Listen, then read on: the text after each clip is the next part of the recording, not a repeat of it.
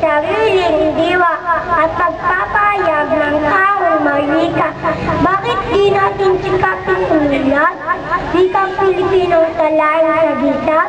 Bakit di sikapin ito lumagan at na itong bansa ay lalong tumatag?